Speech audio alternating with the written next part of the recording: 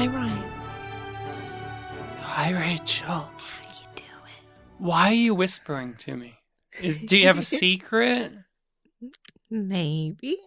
Maybe. Well, we'll find out Rachel's secret at the end of the episode. So stay tuned, everyone. Do you have any guesses what Rachel's secret could be? Is it that this is a Yum Yum podcast? I don't know. You can hit us up at our social medias or over at yumyumpod@gmail.com. Drop us in what you think Rachel's secret is. What could Rachel's secret be?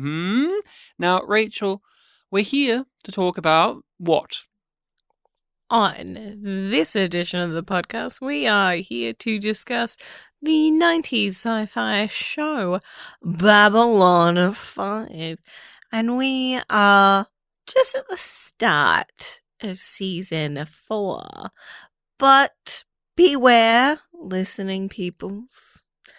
We are coming at it from a spoiler perspective. Both Ryan and I have watched the show multiple times. That's the truth. And we throw it all in there. Like a blender, we mix it all together into one neat little concoction of Yum Yum. Yum Yum being the title of the podcast and the thing we come back to because of Star Trek Discovery, a series that we have covered in the past. And there was a line of dialogue in the season 2 finale that was Yum Yum, and it changed us, it moved us. Tears were had.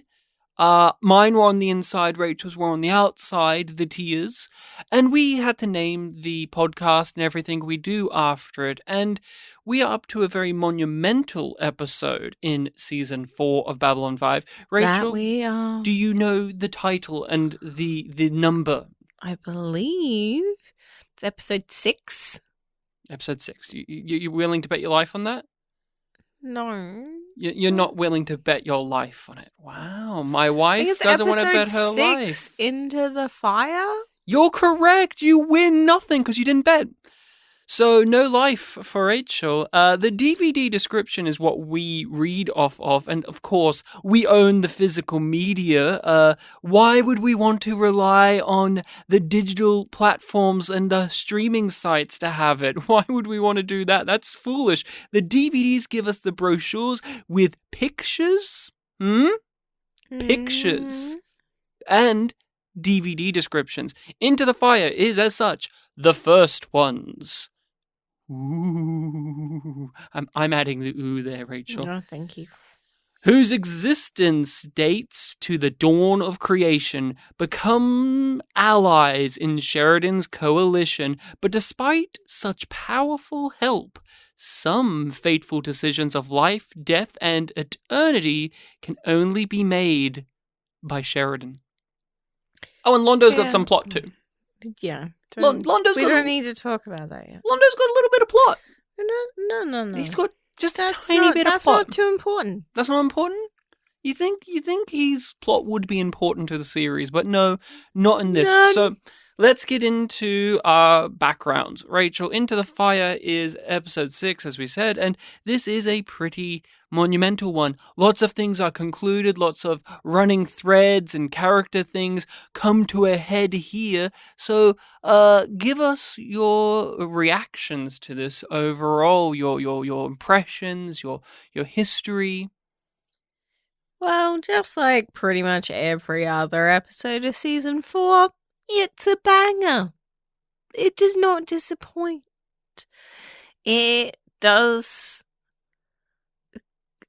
hard in a lot of ways. And I remember being overwhelmed by it on the first viewing because there's just so much that happens. Because it's like you got this thing and these characters at this point and they're doing this thing because of this thing. And it's like everything has a justification and a context. And it's moving all of these things forward in really important ways and leaving you on this sort of cliffhanger of what comes next. We're now well and truly at the dawn of the third age of mankind, which has been promised to us. It's a new age, Delenn. A third age. My third. We began in chaos, too primitive to make our own decisions. Then we were manipulated from outside by forces that thought they knew what was best for us. And now we're finally standing on our own. It's so swift with everything that it does. I sort of struggle against the tide sometimes watching it because I want to stay in certain moments. Like, I want to stay with Marcus and Nirvana for a little bit longer. Well, they get to stick around a bit longer in the season, but Yeah. I understand. I was dumbfounded. I was surprised. I didn't think that we would wrap up the Shadow War, Mr. Morden. No, it's like, what the fuck are you doing? This is not a I thought this was going to episode go 6 I honestly thing. thought this was going to be to the end of the show because that's what they usually do, and if not, at least the end of this season. And I didn't know watching it about the whole season 4 could have been the last season because of the network or the platform it was on was wrapping up, and so they had to wrap things up quicker, and that's why this season has such a fiery pace to it. But even knowing that, it doesn't change how just wowzers this is, because it does creep up on you, and it just is a smack to the face, and pretty much every scene is excellent. This has some of the best moments of the entire series in it. I'm a big fan of it. The ending to this ancient war conflict, I've flipped and back and forth and had a tug of war over the course of many watches. On the first watch, I didn't even have too strong of an opinion on it. I was just thinking, well, we've got to follow up on it, which they do, because we have another season and a bit of this series, so we have to follow through. This is B5, so they'll follow through, and again, emphasize they do follow through on these things, but I didn't even have a stronger opinion of if I was satisfied with this being the conclusion to the grand conflict at hand, because it just blindsided me so very much.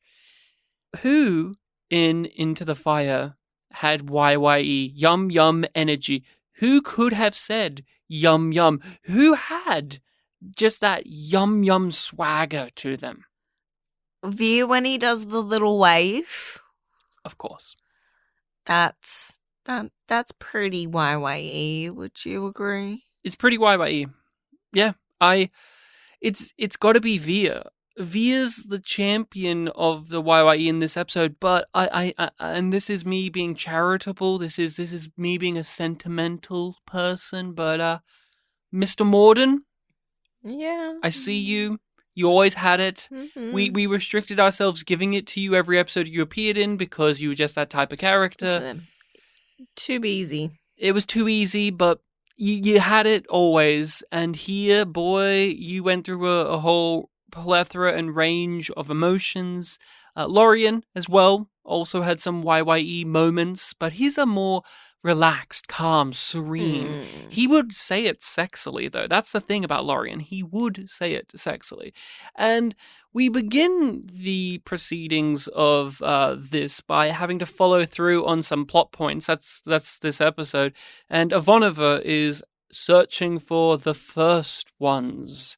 And this is the task that she has been bestowed. And this means that she's paired up with Lorian. Let's talk about that. Thoughts on this? It makes sense. Like, they keep on giving the first one hunt to Ivanova. We knew that this is where she was going to be at. And knowing where it goes with the first ones leaving, it makes sense that Lorian's like, no. We're getting all of them. We're going to be thorough with this, but I enjoy the way that they come at the situation so differently and where that conversation flows to. That scene isn't one that I think of lines from. It's the tone and the emotion that I think of, like that gentle, caring sort of touch that comes through of like almost guiding a child through a tantrum and like him being like An episode about it's parentalism has the ultimate parent. yes.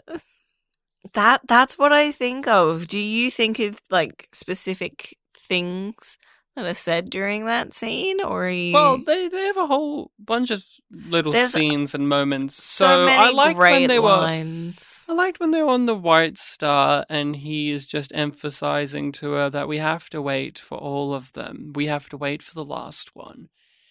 And just the way that Wayne Alexander plays it, where ever so alien and ancient and wise, but there's just such a serenity and beauty to the lilting voice that he has. And you pair that with Claudia Christian's very comedic centric performance, because she gives some of these faces and she's pacing to and fro, and she sits on the captain's chair on the White Star, and she's just, oh, okay, we'll try and do our best with everything. We'll travel here and hopefully we get back to there. And when we do get the last of the first ones pop up, I just like how at this point meeting aliens like this isn't special anymore. It is just like, here they are. Lorian is Mr. They'll remember me. They'll always remember me. I'm hard to forget. I'm their dad. Yeah. And just the pairing of these two characters is a strange one, because what I've really noticed about season 4, even though the pacing is so fast, that we don't get any of those fluffy character episodes like in season 3. We do get a lot of characterful moments in every episode and pairings. You also don't get survivors. We don't get survivors. Drunk again, Uncle Mike. I cry. You made me. Oh, Grail. We don't get a Grail anymore. Ooh. But we get a lot of different pairings that you wouldn't expect. We'll eventually get Marcus and Franklin, and Lita gets paired up with Zach and also Franklin. And Lorian and Ivanova isn't something that was on your bingo card immediately, but No. you get to have these diametrically opposed people who can also have a conversation in a civil tone, because Ivanova's a skeptic. She's also a bit cynical. So when she meets the guy who says, I'm the very first thing in the universe, of course she finds it... Bullshit. Bullshit you are. I need some facts behind that and some logic. She tries to poke holes in his story, in his lore, which, again, JMS is at this point in the series where giving us the lore feels far more smooth, natural, and exciting to get. Yeah. So it's not janky as much anymore. It's not just a character sitting another one down and giving them a big monologue. It's actually a conversation, because her and Lorian are basically just giving us a bunch of lore, exposition, and themes, but there's just a rhythm to the writing and the performances. And I just really enjoyed it overall. Now, what were some of the elements of the big conversation between the two, where he explains, his immortality, and what did you gravitate towards? What leaps out to you or resonates or lingers? Just how sad he is for her that she doesn't speak to her heart anymore. The sorrow that the performer communicates of, like, oh no, you've lost something that makes you so beautiful and wonderful as a species. Like, you've turned your back on something so wonderful. And you are saying it like it's a good thing that you're ignoring this part of you and this strength of your species. The strength that I don't get to have because I live too long to be able to believe in the lie of love. There's so much here, but that is a great crux of the scene where Ivanova does shut it down. Yeah, my heart and I don't speak anymore, and just him flipping back. Yeah, I've noticed that this person who's barely interacted with her has noticed that because it is so clear how she is closed off in that manner. And Claudia Christian gives a great reaction to that, just a silent looking up and just so much in the eyes of anger, frustration, but also I've been seen and she's worried and that's a truth that hits too close to home, and also repressing it and not showing any weakness. It's just masterclass acting in an episode that is filled with very loud, very memorable, flashy, quotable scenes and exchanges.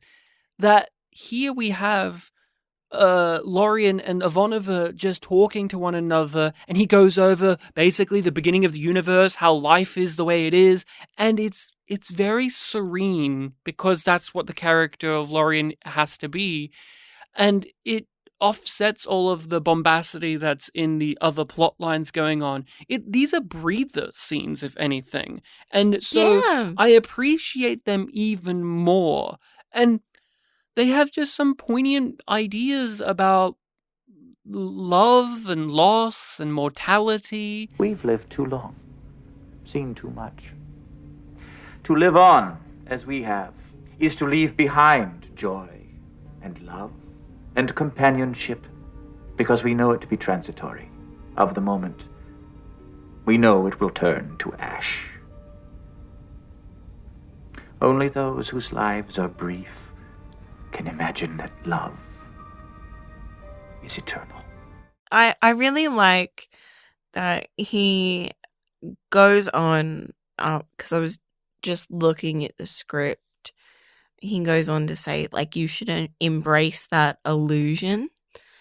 And that's a keenly aware writer kind of line, because illusion has that negative connotation, but it also has the idea of being magical as well. So there's a lot of meaning packed into that word, particularly in that context of embracing the illusion that love can last forever. Babylon 5 can be a very biting, pessimistic at times outlook on the world, but in amongst it, there is this... There's always hope. There's hope. There is always hope, but there is this embrace of us stumbling through everything and not understanding and being ignorant, and sometimes ignorance is bliss is a thing that is just a given in the world, and love can be one of those. I think back to, I think it was And Now for a Word, where Sheridan talks about why we keep doing this, and it's like we may fall over, but then we learn to pick ourselves up and we just go on. And I look at that being echoed here, but just in a different avenue of discussion, that there are these ongoing notions, these ongoing philosophical ideas and thesis statements that JMS weaves throughout the series, and in an episode that is going to culminate in a war of ideology being broken down to its basics. Yeah. Having a scene like this helps bolster that, because if this was nothing but an action like an action episode, and the Londo being a badass blowing up an island episode, the conclusion with it just being a bunch of talky, a bunch of philosophical let's stroke our chin stuff could fall very flat if it actually wasn't for the Lorien stuff, who obviously helps save the day in the end. And also, like, it sets up the tone of the episode. The themes are well established, reaffirmed. But Ryan, Yes, Rachel. Farini needs to talk to Londo. Not only does he need to talk, he needs to flail his hands about. The guy can't... If you tied his hands behind his back, he wouldn't be able to talk. No, He would wouldn't. die. He would die. I love him. I love him so much. Prime Minister Molari. Good morning, Katasha. He's such a flagrant little man. Like, adore, praise. Everything about him, 100% perfect. Don't change a thing. He's the type of performance, and we'll get to talk more about him in the next episode and also in season 5, but he's the type of performance you don't get anymore. No. You don't get that type as often, I'll say that. Londo, Centauri Prime, he has to get rid of all of the remaining shadow stuff, clean house of the remaining Katarja loyalists. Running low on time. Katarja's loyalists, get the fuck out of here. Via, help me set up the shenanigans that we're going to be putting in place later. I have to ask this of you. A lot of Londo's plans in Babylon 5 often, not always, but often revolve around us, the audience, not knowing what his plans are until they happen. How do you feel about that? Do you like that? Yeah, I like it. He's a shady motherfucker. But why does that work? Because I do think there are occasions in stories where when our character, who's oh so smart, oh so clever, reveals that they had this oh so clever, oh so smart plan that we, the audience, had no idea of what it was, it can rob Yes. us. Yes. It can take away or it can make it seem like the writers put in more work than they actually have. That's what Game of Thrones fell into the trap of eventually. But why does it work for Londo? Well, it's things that we've already discussed, and it sort of boils back down to it's written well.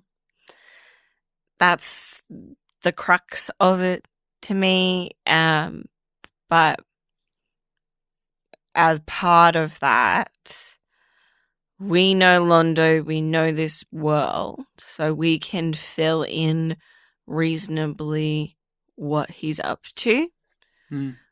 Like, we get the idea, but maybe not the details. Like, we know when he's actually plotting to assassinate Reefer that he's politically scheming, and then we get the reveal of what it truly was, right? And in this, it's just like, well, they need to get rid of the shadows. And we know that he's doing all of these things to that end. We just don't know exactly what it is. Like, it's the essence of it. And when it does get paid off, you can sit back and go, this makes sense, not only logistically, but also for the character. Would the character of Londo be capable and smart enough and daring enough to do this plan? And the answer is yes.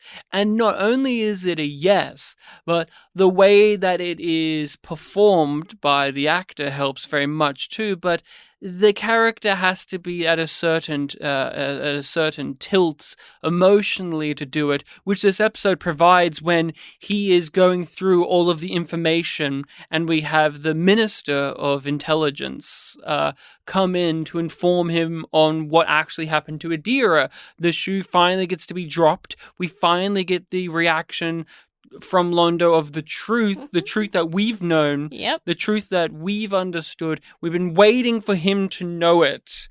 And finally it is here, and it sends him into such a... The camera work in that scene is beautiful, because you, like, can sort of pinpoint the moment when Londo loses it and the camera goes off, like the tripod or the Steadicam or whatever it was on, and it's unhinged and fluid and following him Spinning around.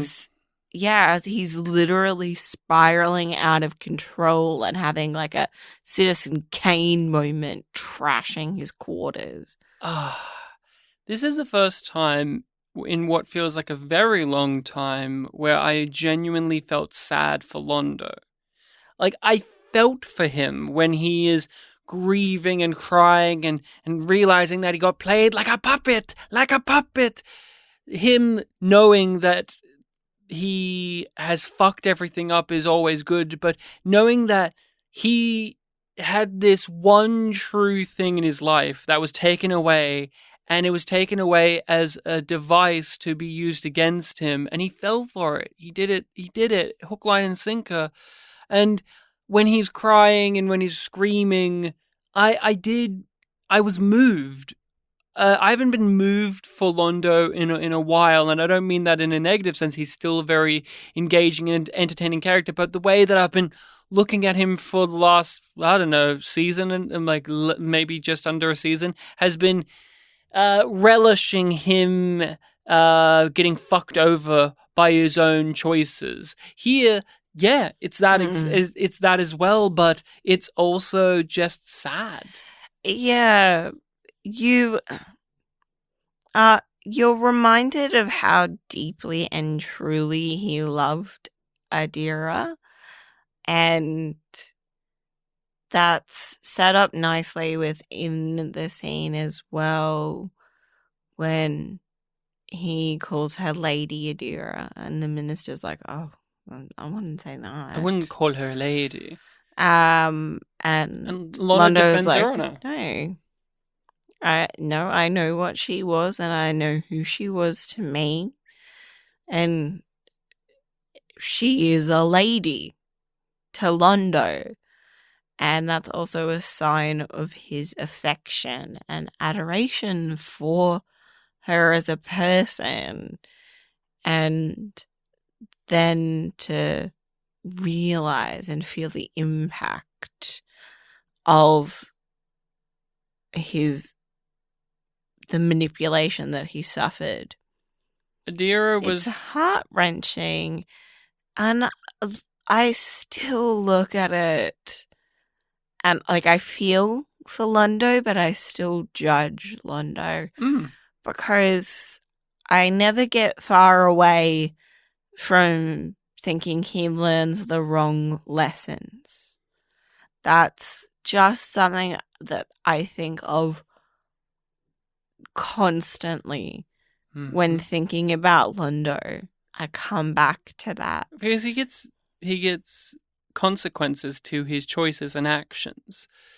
Adira was this light in the tunnel for him. She was somebody that was so beautiful to him, and not just in appearance but in essence, that he was willing to give it all up. He was willing to stop playing the game, to reveal who he really was, to take off the mask and just embrace the man that he wants to be, not the man he thinks he should be.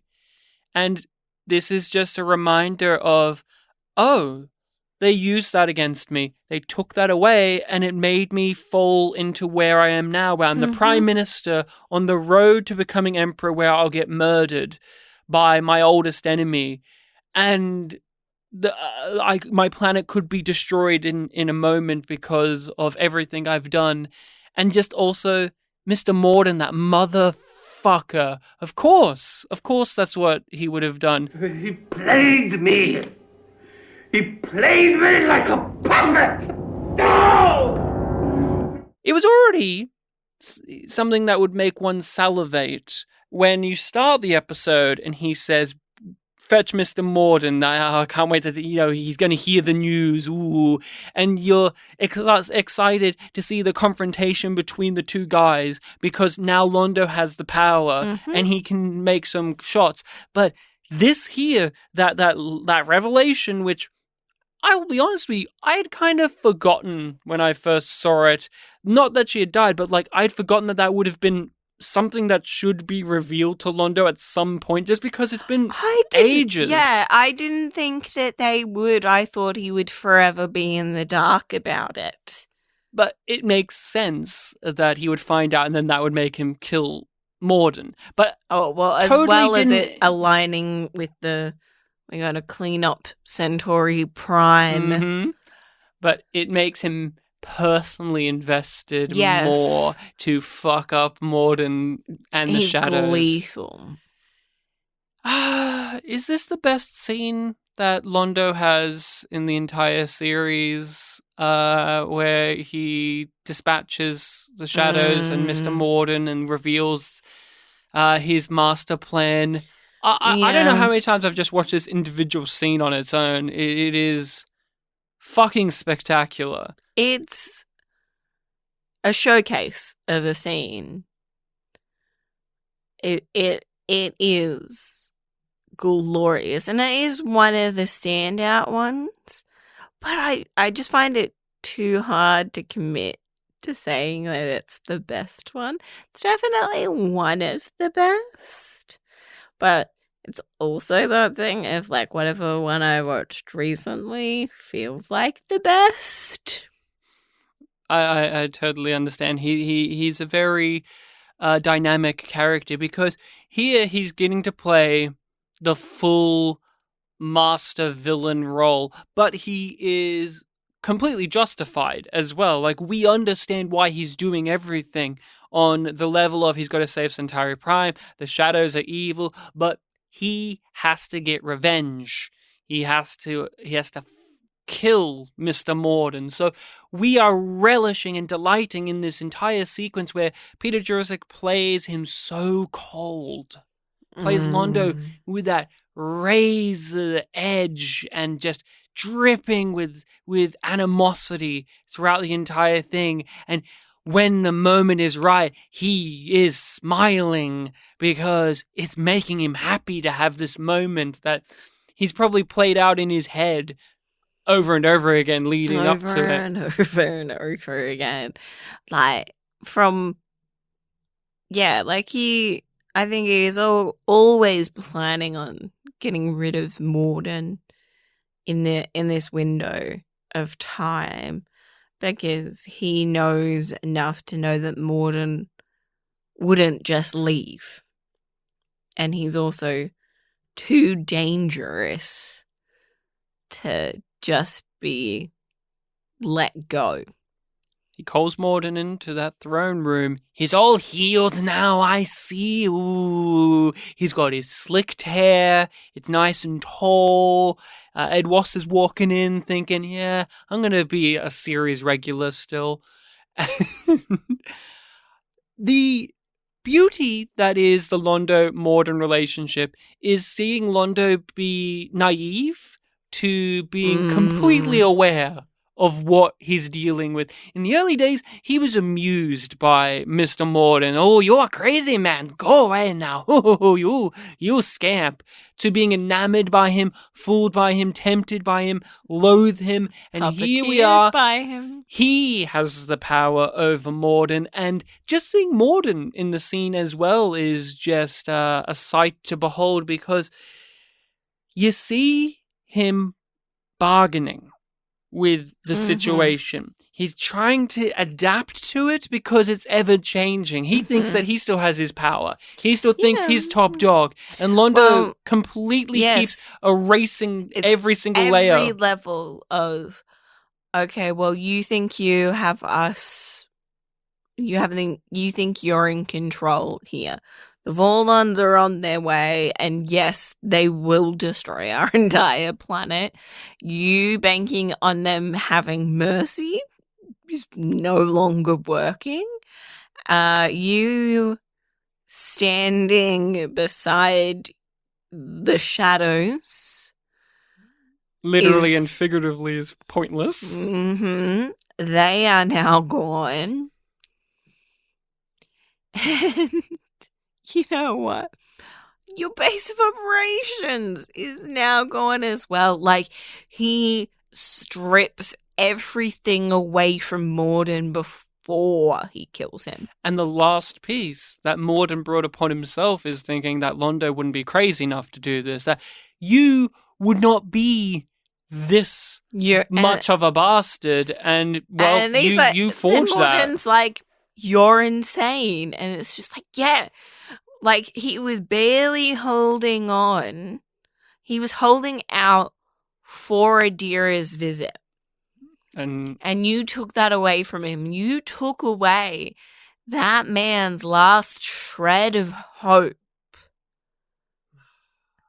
And now you get the consequences of not just like Londo's life that he's played with, but Morden on behalf of his associates has fucked up the entire galaxy. And it's just this beautiful moment of karma of he's finally getting something back because he's such a fucking weasel. And I was left seething after Sheridan had to let him go. mm-hmm. And like he's just managed to wriggle out of all of these situations. Because he's smooth. He's survived Zahar-Doom, the fucker. Yeah, he's a cockroach. He's a cockroach. And now he finally gets squashed. Oh, and man. it is even more satisfying because it's something that when you first watch the series, you never thought that you would get like a face to the antagonist and for them to have their day of reckoning. At least not in this moment, No, right? like not here and not now. But it's so like, earned. It goes So back to what earned. you were saying sort of at the top of the episode of like how you assumed that the Shadow War wouldn't finish until the end of season 5. It's like this is not a season 4 out of 5 thing, and it definitely is not an episode 6 out of 22. There's just such joy had in the sequence where Londo tells the guards to back off and Morden, you stay there. You stay very still. And he just gets them to shoot and you'll remind, oh yeah, he always has shadows with him. And they know that and they just dispense with them because guess what? The shadows aren't all that. They're not gods. You can literally kill them. You're afraid, aren't you? They're afraid. And speaking of your associates, we must make sure that we can talk privately. Do not move. Londo makes the big play. Oh, you're going to get rid of you and your ships. What are you going to do, Londo, huh? They can detect a ship from miles away, huh? So what's your plan, man? You're going to blow up the island? And he does. Mm-hmm. He does blow up the island, which is... He thinks he's calling Londo's bluff. That's crazy. I never forget how hard my jaw hit the floor when he reveals that, yeah, I will actually. And he does. He proceeds to blow up this island, which this trick here is one of the greatest, if not the great Londo plays. I think all it's the series. His best political move. It's his best move, like best just in the show. But it comes back to his downfall. Morden's words. That's the thing. Morden keeps adapting to it. Like out. Oh my god. I'm like, Londo, you'll eat those words. You'll eat these actions. You'll eat it all. But in the moment, it's satisfying. In the moment, it saves the day. And Morden is a broken man. I love that he screams, he's no, and then afterwards he's just completely left with no air in him. He's just deflated. He has no clue what to do because he has no power anymore. And so when he's left dragged out, screaming that, oh, the Allies, they'll get you for this, Londo. Even if my associates lose this war, they have allies. They'll make sure Centauri Prime pays the price For what you've For done here what? today. And we're not done with you, Mr. Morden. What have I done? Mr. Morden's I haven't even started with you yet. Mr. Morden's Oh. death is well, iconic, top tier, Top tier.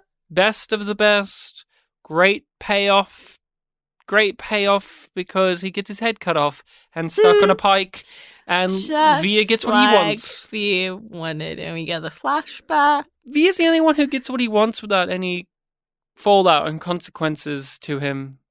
I mean, is there any other way he could have got out?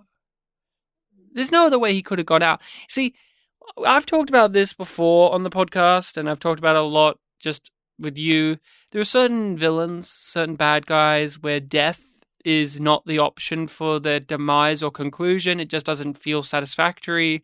Littlefinger being a great example in Game of Thrones, where it's like, if you had to kill him, you should have done it in a much better way, or even the Spider, say. But Morden is not necessarily one of those guys, and if you did have to kill him, it'd have to be very, very good. And this is the best you could ever do. Did you ever think about how Morden would end? Like, when you're watching the show, he's arguably the antagonist. Yeah, like I really meant it when I said that, like, he's the face of it. So did you ever really postulate how we would deal with this dude? I think on the first viewing, I was like, I wanted him to die so much that I was like, it has to happen. It has to happen. Mm-hmm. And then I would remember what Via said. And I would be like, oh, it would be so delicious Yum yum. if... Okay. The smile went off Rachel's face as soon as I said that. Rachel, I've been a good boy. You've said context so much in the episode, and I haven't said is for kings. Allow me one yum yum. Yeah. But, you know, you get to do it and I get to react. That's right, and that's Rachel's secret. She gets to react. Surprise! We revealed it not at the end. So if you're one of those That's sneaky not the- motherfuckers who are going to skip to the end to hear Rachel's secret and say that you listened all the way through, we tricked you. We tricked you. Ooh, you fools. Londo's not done yet, though, Rachel. Because No. he has to make sure that the Vorlons know that all of the shadow influence is gone, Mhm. Morden's gone, everything's gone. So He sends personally them a told them this. Yeah. message. Hey guys, I did this. I'm on Centauri Prime right now, and all of the people and stuff influenced by those bastards, they're not here. So you don't have to kill us now, okay? Go away. Go away. But Via's observant. I mean, Via's his assistant. Via knows everything. Via has literally seen him And he transform. doesn't want to say it. He doesn't want to have to say it. The resignation in Stephen First's face in that scene, because it's not even he's worried. He just goes, no, it's a real, no, you didn't get rid of all of it, Londo. Are you gonna figure this out, or am I really gonna have to tell you? He points at him. He literally has He to point can't at him. Even say the words. No, really, he doesn't even need to say it because it's so obvious. You literally just have to point at it. It's you fucking idiot. And just, wow. Of course it's you, Londo. We, the audience, have seen it be you. You don't even get to see what Vorlons look like because your soul is so touched by the shadows that you are corrupted down to that level. Dude. Mhm. Jesus Christ. And, Rachel, the Vorlons go away, right? Londo's just one guy, so they'll go away, right? No, they go away because they've been called in as reinforcements on the battlefront where Sheridan is. Oh, but Londo, knew that, right? Of course, he was no. Oh, was he at all? He was pretty worried then, right? That the Vorlons would blow up Centauri Prime just for him. Mhm. That's a great sequence there. Not for me. They won't do it just to get me. Yeah, they would. They're insane, Londo. Yes. You were insane enough to blow up an island a second ago. What do you think? What do you think they're gonna do? What do you think they're gonna do? They're blowing up whole planets. Yeah, they'll do it just for you. Yeah. They hate you. Mhm. Everyone, the whole universe Because hates Londo. You can infect others. Yeah. Because they are very much like Looking at it like it's a disease or yeah, a virus they're that in needs to be an exterminated. infection that needs to be cut out. That's it. And he begs Via, kill me. Show them that you've done it. I Like mean, it's too late for that, Londo. Londo's willing to sacrifice himself, but at the same time, he can't do it. No. He has to get Via to do it. Via, you have to do it. Mhm. Show them that it's been done. He can't even do it, but he No. knows that it needs to be. Yeah. Needs to be handled. He will die for his people. In this whole episode, we're just talking about the Londo stuff and the Ivanova stuff. Believe it or not, everyone, the Shadow War is ending now because of everything that Sheridan and Delenn are doing. Yeah. You know that stinky old Shadow War? It's ending now. Did you like the Shadow War? Were you ever a big fan of it? Were you a big enjoyer of this 3-season to 4-season long arc of these ancient aliens using everyone as a proxy war? Have you ever been a big lover of it? Yes and no. Like, because there's so many aspects to it. The idea is so interesting that I can't say that I don't like it. But there are definitely aspects to the Shadow War that I like more than others. Because there is such a variety to it. The way that it plays out and plays into different things. Like, I can't say that I dislike it because it gives me the Babylon 4 episodes. And they are some of my favorites of the whole show. And you wouldn't get that without this Shadow War and the previous one. It's hard, right? It's hard because it gives you so much great material. Yes. And then there's the downsides as well. But when, like, I also have trouble answering it because it's just like, it's at the core of the show. It is the core of the show. It's a very much what the platform was built off of. And so here's where I fall. I love the Shadow War in general. It's great. I really like it. I don't mind how it ends. But over the years of watching it, I've lost my fascination with it. Because when I was younger, I wanted this in more of my science fiction. This and Deep Space Nine we slowly built up to an intergalactic war. While a lot of the other sci-fi shows would promise that and then not actually do it, or it would be the point that they don't do that. And or it's a fight against just one alien. And so having this be here, and it's not just a season-long thing. It's a full continuous saga. It's built up over years. It's built up, and there's all of this stuff. But why I guess I lose fascination with it, especially in comparison to what happens with Earth, the Earth War, is, and maybe this is amplified too because we have been watching and just finished up Space Above and Beyond, and we also watched Battlestar Galactica and so many other stuff recently where I don't feel the grit of the Shadow War like I do with the Earth War, where there's certain things presented in the Earth conflict that are the harrowing truths of war, Oh, while and they languish in it. While here in the Shadow War, yeah, they're destroying whole planets, but I actually don't feel that much about the dire consequences of the Shadow War like I do with the dire consequences. Yes. Yeah.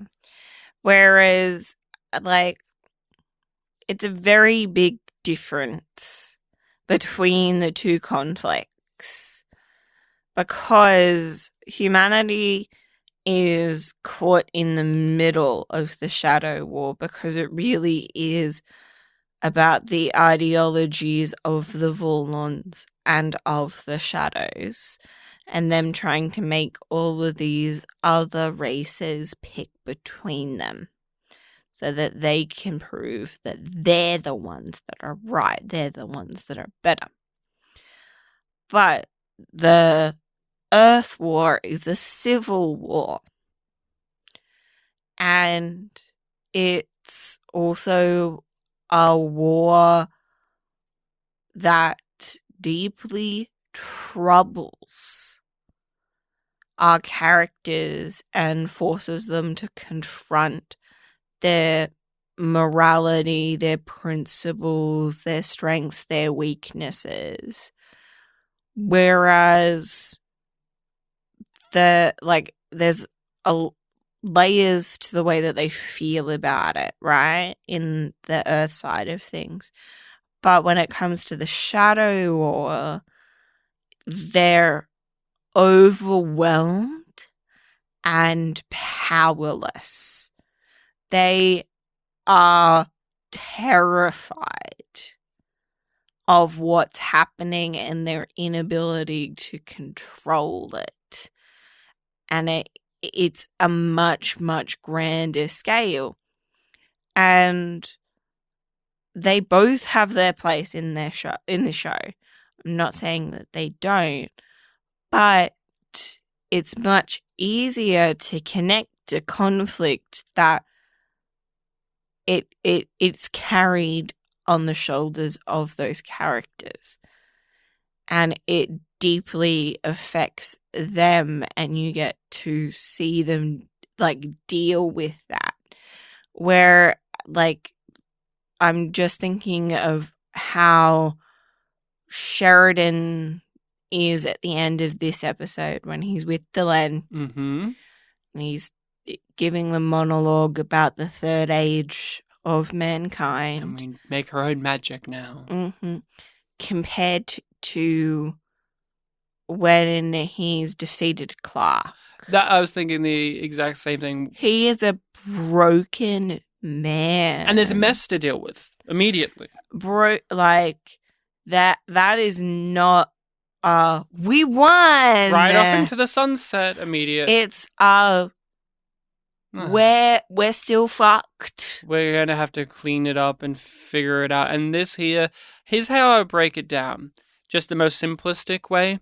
The Shadow War is cerebral, philosophical, heady in its thoughts and process of war. Yes, and the cost of it is never brunted by Babylon 5 or anybody on Babylon 5. And the Civil War deals more up close and personal. It shows us the ramifications on individuals, on individuals, whether it is the fact that Babylon 5 feels the need to separate and we see all of the consequences and all of the Psychor stuff. And so I gravitate towards that more now, where when you look at times of conflict and who it impacts, while also with the Shadow War, you look at it as well where you do have those things with wars, especially if you're looking at them from a history standpoint of like, what spawns a war? What makes a war continue on? And you have it at that intellectual level. And I'm not saying there isn't any intellectual stuff in the Civil War. There deeply is, of course, but it's just,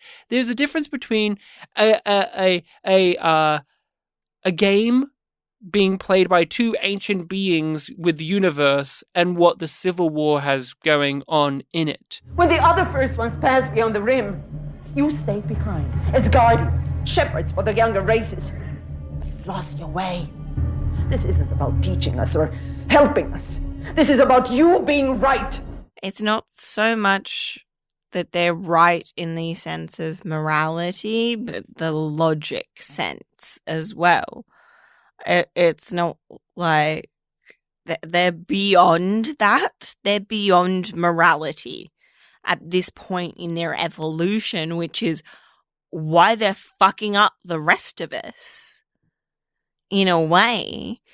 But it's that you should have our point of view, and that is all the world is within that view. So there is no right and wrong. There's our way, and that is it. What did you think about... Let's talk about the shadows, how they present themselves. So they're talking to Delenn, and they're in the black with void. faces that she knows. And they have some words to say about why they're actually pretty cool. And they're rad, actually. And hey, we may be scary spider people, but don't you want to hear about chaos? Don't you want to hear about how cool it is and how marvelous it is? I love what they're saying here in the ironic sense of, like, they're completely full of shit. They don't see the shortcomings of anything they're saying. They try to pivot it to the Delenn, you, the Minbari. Look how cool you guys are. Through war and conflict, you guys have grown. You guys have become stronger and better. And more, but like more just cool and badass. Yeah. You have bones for heads. Come on. That's so rad. You have caste systems, and one of them's just for fighting.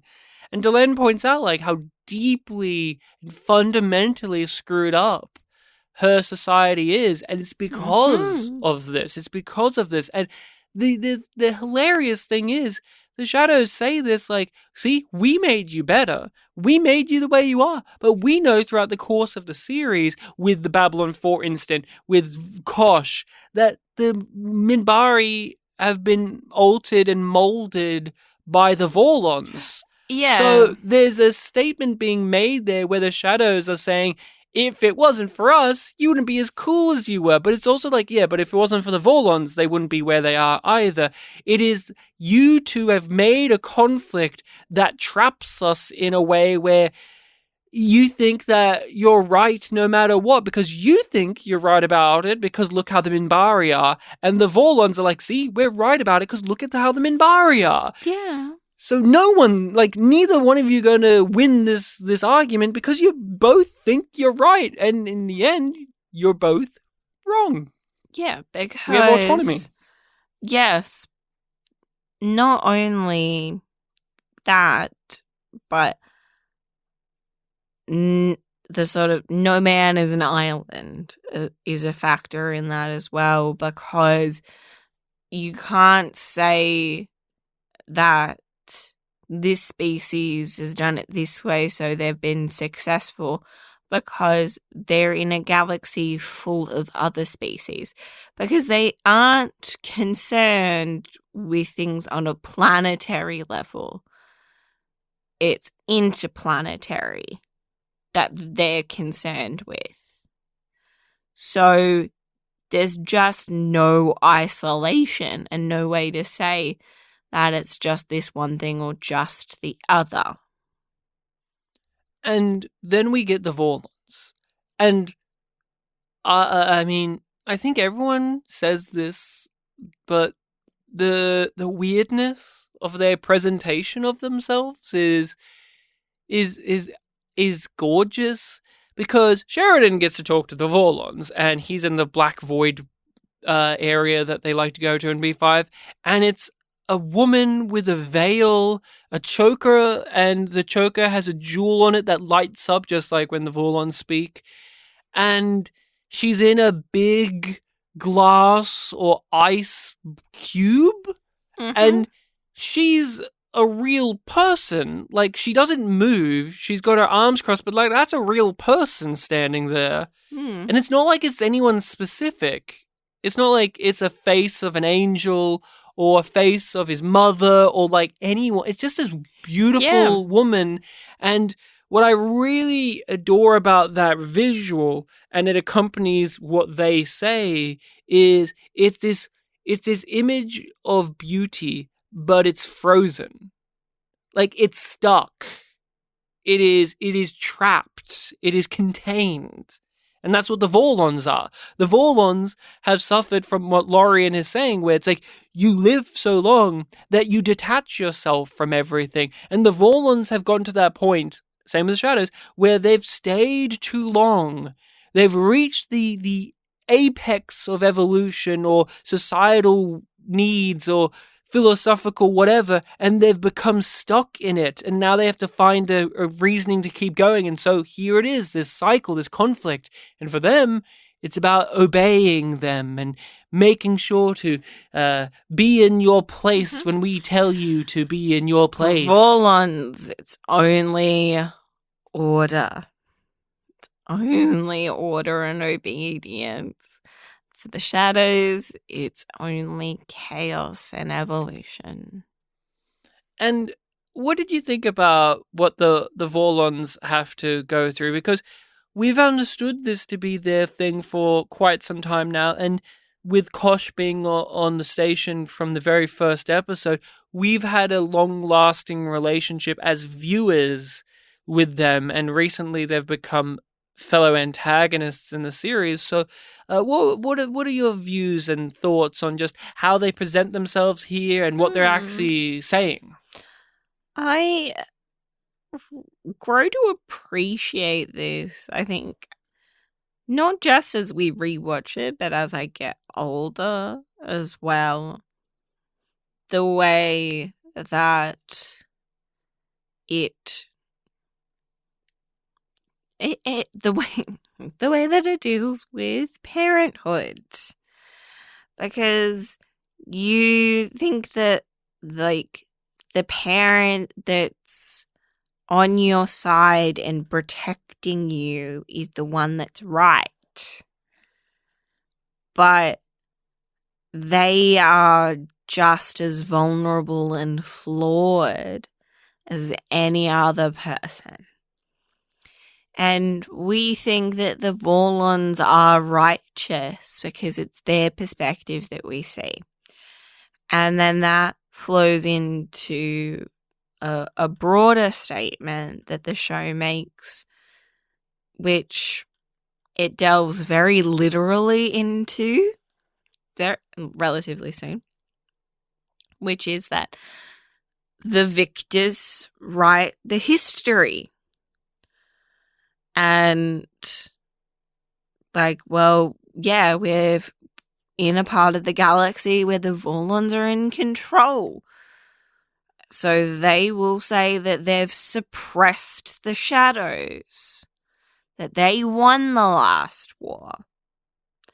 Whereas the Shadow propaganda would be that we caused enough chaos, we now need to wait to see that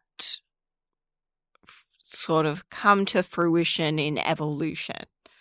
So both can say that they've won, and both have their own perspectives, and you are now at the point as a viewer that you understand why both of them see it the way that they do, and you understand the third perspective. Now, I think it's really important that Sheridan brings up Kosh's line about truth being a three-edged sword, because it reaffirms his statements. It reassures you that there's a very clear direction and purpose for the show, as well as these conversations that are, like, they're very heavy conversations. You feel the weight of them. And JMS makes sure to not make them just heady, boring text. There's gravitas within the text, as well as Bruce and Mira's performances. And there's layers in the production of those things to create that sense as well. Like, everything's working together. And there's a level of gratitude that we, the audience, get from it because we're sitting there saying, thank you for fucking unloading this finally. Thank you, Sheridan, for saying what we're thinking here. When he says that your two parents arguing and you're making the kid make a decision. Yeah, and you're choose fighting and trying to... You're sitting there thinking, that's exactly what it is. Thank you so much, Sheridan. Oh my God, there's so much gratitude that you, the viewer, have. So that... And Wait. even if you weren't thinking that, like, I remember being like, oh, this dynamic is so familiar. Like, on the first watch, like, it just has that sense to it. Even if you don't put the name to it, it's kind of on the tip of your tongue. And then when he says it, it's like, oh, that's it. You're like a couple of parents arguing in front of their kids, manipulating them, trying to get them to take sides. Not for their benefit, but for yours. But what if the right choice is not to choose at all? Are you a fan of the ending of this conflict? Are you a fan? Have you been? Are you? It feels right. That's where I end up with it. I don't really like it. Like, I don't find joy in it. I don't hate it. It just feels right and satisfying. Is there an ending to a war story where you do feel happy with it? Like, you know, I'm trying to think. Because Deep Space Nine's war ends and I'm just like, oh, okay. Yeah. And I'm, okay, in many ways about B5's versions of it too. Like, I'm trying to recollect at least even a science fiction war story, but a war story in a text, not real life. Yeah, obviously. But Star Wars, we just blow up the Death Star again. Yay! It's like, okay. Yeah, and I wonder if it's like Farscape probably is one that I actually rather liked. I actually rather liked the ending to that conflict with the wormhole weapon. I actually think that's a pretty good one. Yeah, I'm and. That does kind of align with what I was going to say, which is that neither of us would enjoy a story, at least I don't think, where the war is glorified in the end. Like, and there's always a sense of that in these things, where it doesn't confront the brutality of it with the joy of it ending. But Farscape comes close to that because the wormhole is so distractive and so overwhelming and so confronting that they have to acknowledge it, that it's like it's not worth the overwhelming violence and destruction, and it's idealistic to get too. It. Yes, because that ending's basically, if you showed everyone involved the A bomb going off before you actually used it, it would mean everyone would not want to use it, and it's like, buddy. Yep. But what's great about B5 is it doesn't end here. No, you have another season and a half to say, guess what?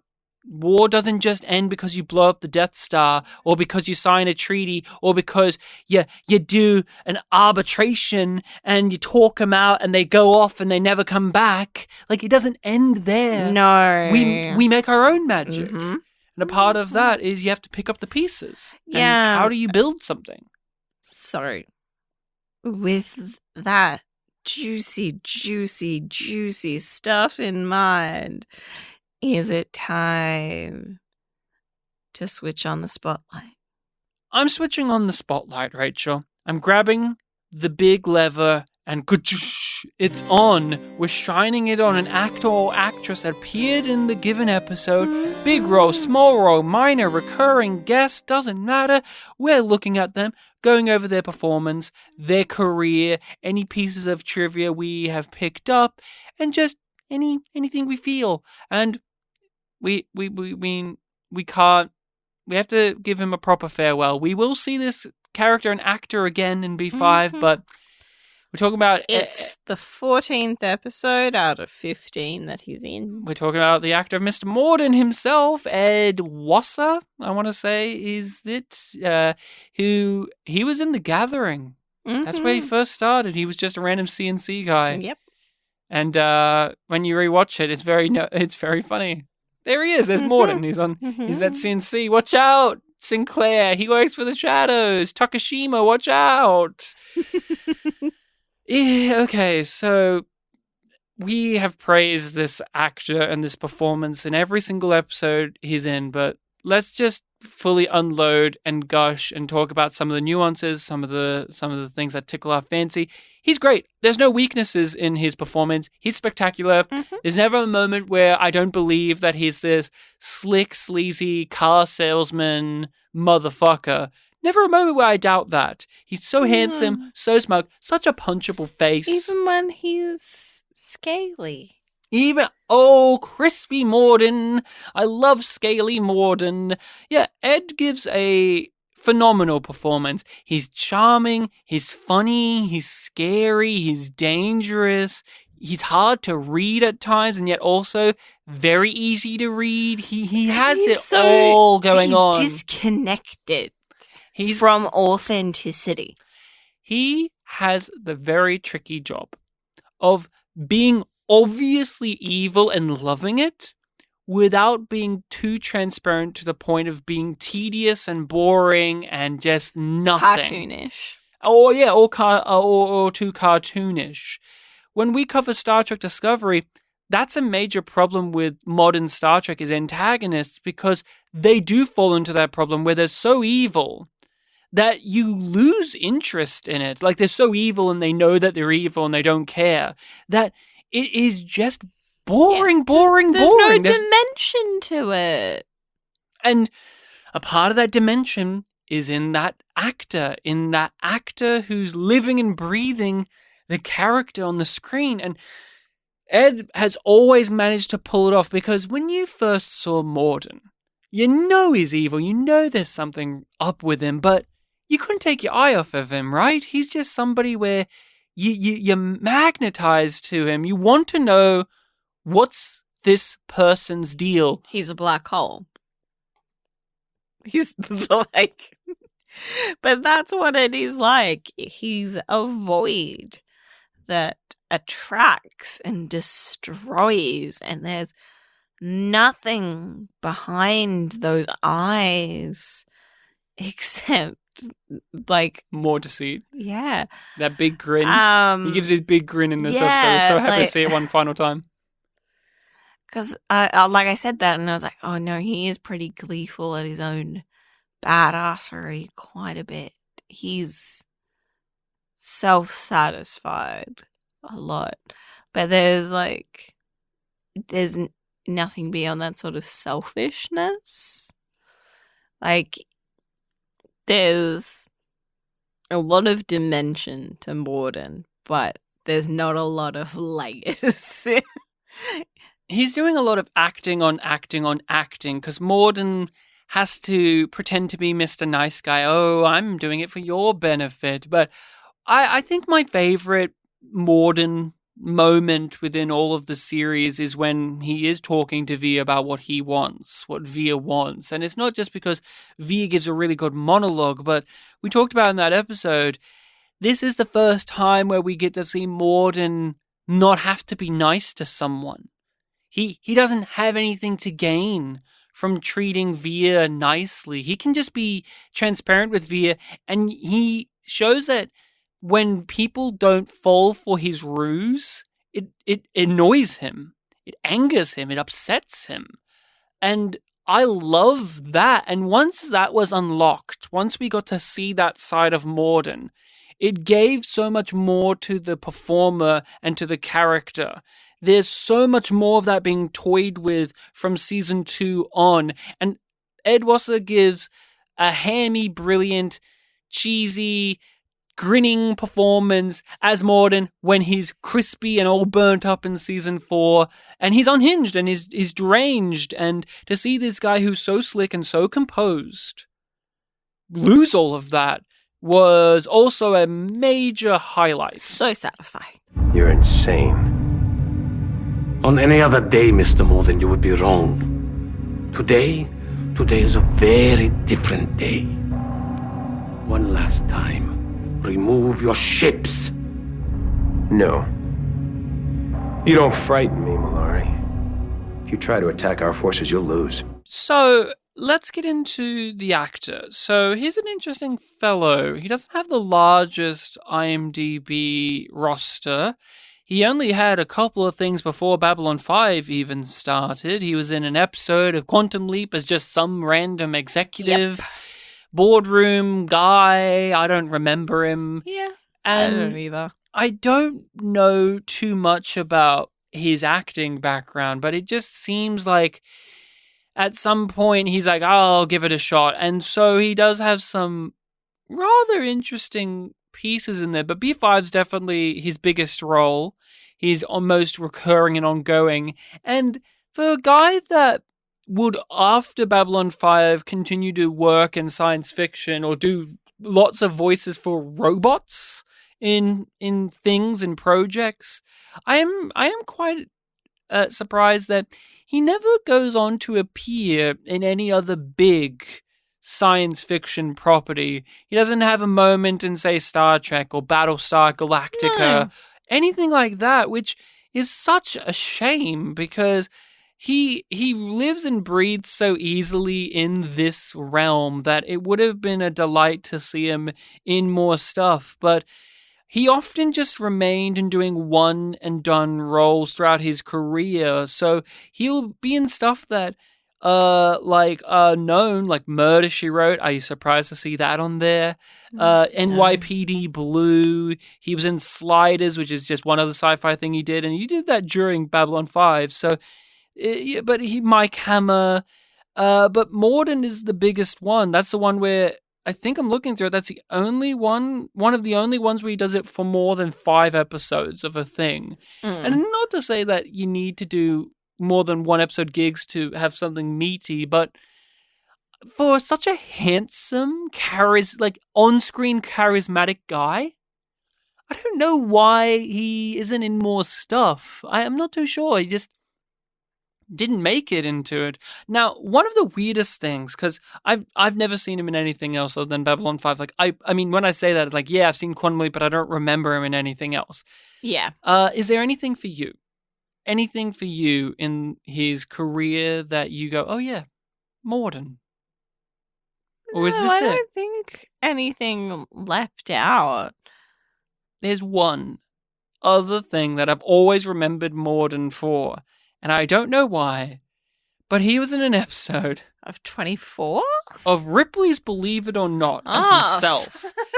And I remember that. I remember him being in that. I saw him in that, and I was like, that's Mr. Morden. And he's himself, of course. He's just Ed, and I can't even remember the full context of it, but that image of him on Ripley's Believe It or Not was in my brain for so long because it was the only other image I had of him outside of being this smooth, sleeky motherfucker. Yeah, in his self category. And that's the other thing that I just recollect from him. And it's just one of those things where he has a mark within this fandom. He's gone to some of those conventions. He seems like a pretty chill dude. He's a handsome guy. He's done some interviews. He's talked about his time on Babylon 5 and where he's gone on to now. Like, are you that familiar with what Ed is up to nowadays or what he was recently up to post B5? Somewhat, but I thought that might be a nice place to for me to segue in. His early 2000s website's still up. Nice. And his homepage is like, it's still under construction. Give us time. No. But on it, he has a page where he thanks a bunch of people. The first one being God. Thank you, God. He seems to be a very devout Christian. No. Really? Mm-hmm. Okay. For someone who's the devil, I don't. Okay. Yeah. So, because I looked up his Instagram as well. Mm-hmm. Last thing that he posted was like a birthday photo for his dog, I think. Cute. He has dogs. Yeah, but one of the thank yous was Joe Straczynski Yeah. himself, producer / creator. He says, I know I have expressed my gratitude to you before and how blessed I feel to be a part of the Babylon 5 family. One of the greatest things about the way Babylon 5 is written is the sensitivity towards other people's struggles. When it comes to caring, you really go the extra mile. Babylon 5 says a lot about who you are, and I just want to thank you for the role in making a difference in my life, not to mention viewers all around the world. You have brought a lot of people together, Joe, and not just because it's science fiction, but because of the example you set in your life and the stories you tell through the show. It's true. It's very true. It is fascinating because, yeah, you look up him. He has some spiritual stuff going on. Like he was at a convention for something or other like that, and yet he also came back a couple of years ago. He had a YouTube channel where he did some sketches. Yes, And they're during very COVID. amusing. I got some great laughter out of them where he's making fun of redneck culture and people who are like dismissing Corona, and he's having a ball, and he's doing what he loved clearly as Maud in season 4, which is hamming it up. Being a handsome guy playing an ugly guy, because he's still handsome. Everyone, he's a silver fox now. He's a grandfather. Mm-hmm. I wish he was my granddaddy because Jesus Christ, bone me, Ed. He's so hot. No, then you don't want him to be your granddad. Granddaddy. No. I said granddaddy because he's a granddaddy. Jeez. No incest. Am I being a please. sinner? Yeah. In the figurative sense, Rachel.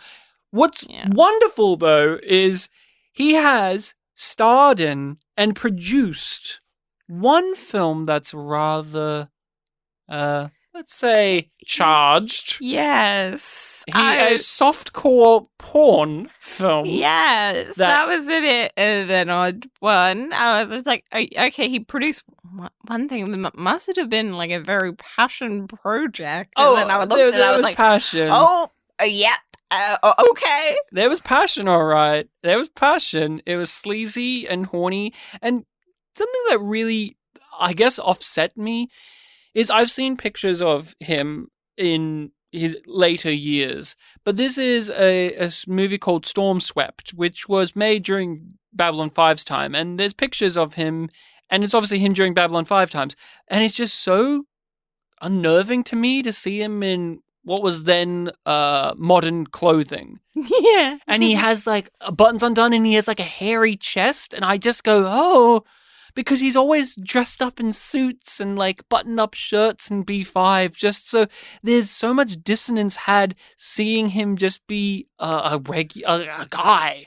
Just a guy who wears jeans. I'm like, Morden doesn't wear jeans, but there's Ed wearing jeans, and he's got like a singlet on. It's a lot to take in. I would love to hear how that project came to be.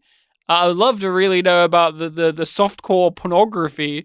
There's many behind-the-scenes stories about him. He was great enough to do one of the audio commentary tracks on the DVDs he was on for interludes and examinations, and he talks about a really great point, which is he never really got to work with a lot of the cast. It was only just Peter and Steven, so he really didn't get to know a lot of them outside of doing the like season rap parties and the conventions. He didn't get to work alongside them unless there was a very special episode once in a blue moon. There's not lots of scenes. There's no scenes between him and Jakar outside of the first season. Yeah. That's it. And like, I find it interesting because like we've seen lots of different types of guest spot actors. But he seems to be one that I don't know if we've really encountered, which is he does it, but he also like seems to run a bunch of businesses along the side. Like, he's always got something going. Like, his trivia on IMDb mentions something like starting a business to do with roller skates, and his old website links to a website that still works. Like, it's his family business is like sells musical instrument stuff. Mm-hmm. And there was also mentions of he would do business stuff. His Twitter profile said that he's into general contractor. That's the last I heard, was he was general contractor, making people's decks and just general contracting. Where like you could hire him and his group, and they'll come over to your house and, hey, Rachel, do you need a shed? They could help. And I did hear in an interview that he is the type of guy that I connect with as an actor, where he still loves his roles after all this time, and he'll quote his own roles in life. He quotes when he says what do you want, he still every now and then does it as the modern thing. One of the times, I think it was the Babylon podcast, he did an interview on, and he would say to his young grandchild, what do you want, in that modern way, and it would be spooky, but he's like, and bring him amusement, because it's like, I know what that is. I did that on TV. Great guy. I want, if there is ever a reboot, Sorry, I'm just scrolling through his Twitter. Oh, his Twitter is perfect. I think there's a tweet one time where it's just a full stop. That's all the tweet is. He's truly adorable. Come back to Twitter. No, don't come back to Twitter. It's a nightmare. But he hasn't been there since like 2012. But he posted one which I assume is on. This one's 2011, around like one of the times when they were like, "Oh, the world's definitely gonna end if today is the day." For the end. Do I still have to pay my mortgage? Just wondering. Into the fire. Yum or yum yum? I don't know. Like, it's just